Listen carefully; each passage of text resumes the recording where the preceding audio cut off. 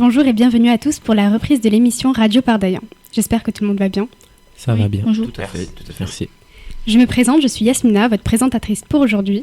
Et nous allons pour cette première émission être en bonne compagnie, car nous partageons l'antenne avec Clovis, Virgile, Maë et Andreas. Bonjour. Aujourd'hui, ce 29 janvier 2024, nous écouterons la chronique de Virgile et Clovis sur les choix de l'uniforme dans les établissements scolaires. Puis nous suivrons toujours dans le même thème avec Maë et Andreas qui se sont rendus sur le terrain pour recueillir les avis des lycéens de Pardaillan sur ce sujet très discuté. Enfin, nous en apprendrons plus sur l'actualité pop culture avec Ziana et Colline. Virgile, c'est à vous. Donc, il y a plusieurs semaines, l'ex-ministre de l'Éducation nationale, Gabriel Attal, a annoncé lancer une expérimentation du port de l'uniforme scolaire à partir de septembre 2024 pour les écoles, collèges et lycées volontaires. L'uniforme coûtera 200 €, mais tout sera pris en charge par l'État ou la municipalité. Les arguments souvent cités contre en faveur sont la facilitation de la laïcité, la réduction des inégalités sociales ainsi que des cas de harcèlement. Pourtant, cela semble être une solution plutôt positive pour les problèmes soulevés. En quoi se fait-il que les retours soient aussi négatifs, Clovis ? C'est parce que beaucoup sont en désaccord. Cet uniforme serait créateur de problèmes sociaux plus qu'une solution durable. Par exemple, selon le sociologue Jean Villard, ces problèmes ne viendraient pas de la tenue vestimentaire, mais plutôt des loisirs ou d'autres affaires, telles que les téléphones ou les chaussures. Aussi, un article de GoStudent dit que l'uniforme empêche les élèves d'exprimer leur personnalité, surtout au moment de l'adolescence. Il contribue ainsi à renforcer le conformisme et la soumission aux normes, ou encore il masque les inégalités entre les élèves, mais il ne les fait pas disparaître. De plus, nous possédons déjà un premier exemple du coût que pourraient avoir les uniformes à l'échelle régionale. Des estimations indiquent que le budget total de l'expérimentation dans 5 établissements de la région Rhône-Alpes s'élève déjà à 1 million d'euros. Enfin, on peut noter qu'une expérimentation a déjà été réalisée en 2019 à Provins dans le 77, comme nous le précise un article du Monde. Et est-ce que vous pourrez nous parler un peu plus des résultats obtenus ? Est-ce qu'il y a eu de réels changements ? Celle-ci a eu des résultats plutôt mitigés, car même si 62% des parents ont voté pour, l'uniforme a été assez rapidement abandonné, sans donner de résultats notables. Merci beaucoup les garçons de nous avoir expliqué en détail ces enjeux pour ce projet. Nous allons à présent passer à la suite en écoutant les témoignages récupérés par Maë et Andreas sur ce même sujet. C'est à vous. Oui, merci beaucoup. En effet, nous sommes allés, Andreas et moi, sur le terrain pour interroger les élèves sur cette question de l'uniforme scolaire. Nous avons interrogé des élèves du lycée et voici les avis favorables du port de l'uniforme dans l'établissement. Bonjour, comment t'appelles-tu ? Salut. Ok, et t'as quel âge ? J'ai 16 ans.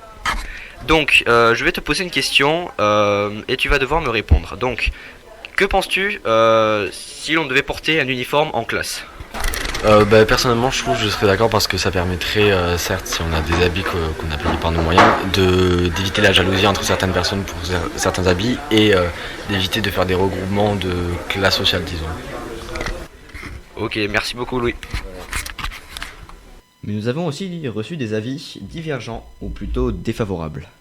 Oui, donc c'est Maë, donc je suis à la cafétéria pour demander à un élève s'il est favorable pour l'uniforme scolaire en classe. Donc vas-y, est-ce que tu es favorable ou pas ?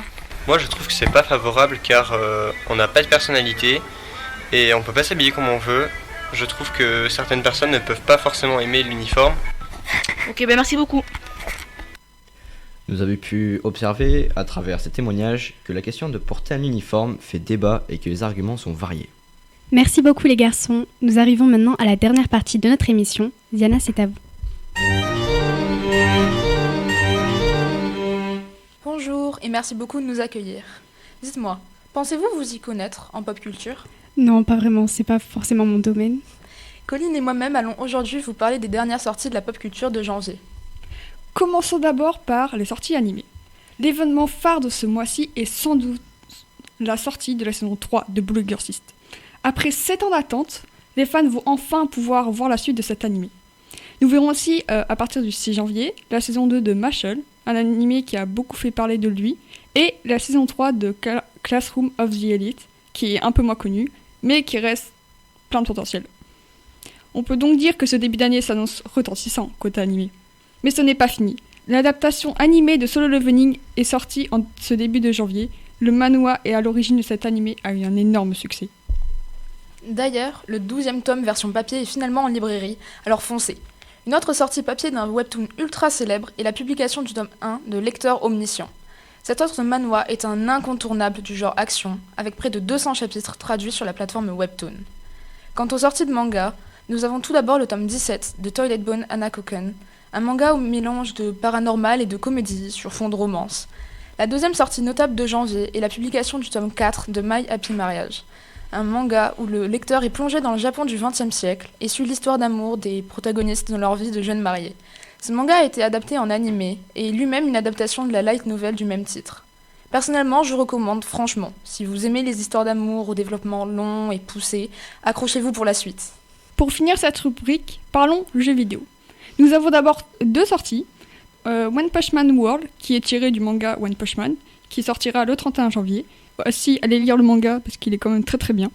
Et Another Code, qui est un jeu d'énigmes qui est sorti le 19 janvier. Et je pense que ça pourra beaucoup plaire aux fans de Professor Layton. Et pour finir, nous avons la mise à jour 4.4 de Genshin Impact qui sortira le 31 janvier. Dans celle-ci, la venue de 2 nouveaux personnages qui est Xingyan ou Souffle Nuage et Gaming, ainsi que 2 nouveaux skins qui sont incroyablement magnifiques pour Shenhe et Ganyu, et l'événement majeur de cette mise à jour, qui est le Festival des Lanternes, en l'honneur du Nouvel An chinois. C'est un événement qui revient tous les ans, mais qui ne cesse de nous impressionner par sa beauté incroyable. Merci beaucoup les filles pour cette mise à jour de l'actualité, c'était super. Et il est donc malheureusement pour moi l'heure de clôturer cette première émission. Merci beaucoup à tous les intervenants qui sont passés pour ce bon moment. Et merci à vous également pour votre écoute. Au revoir. Au revoir. Au revoir.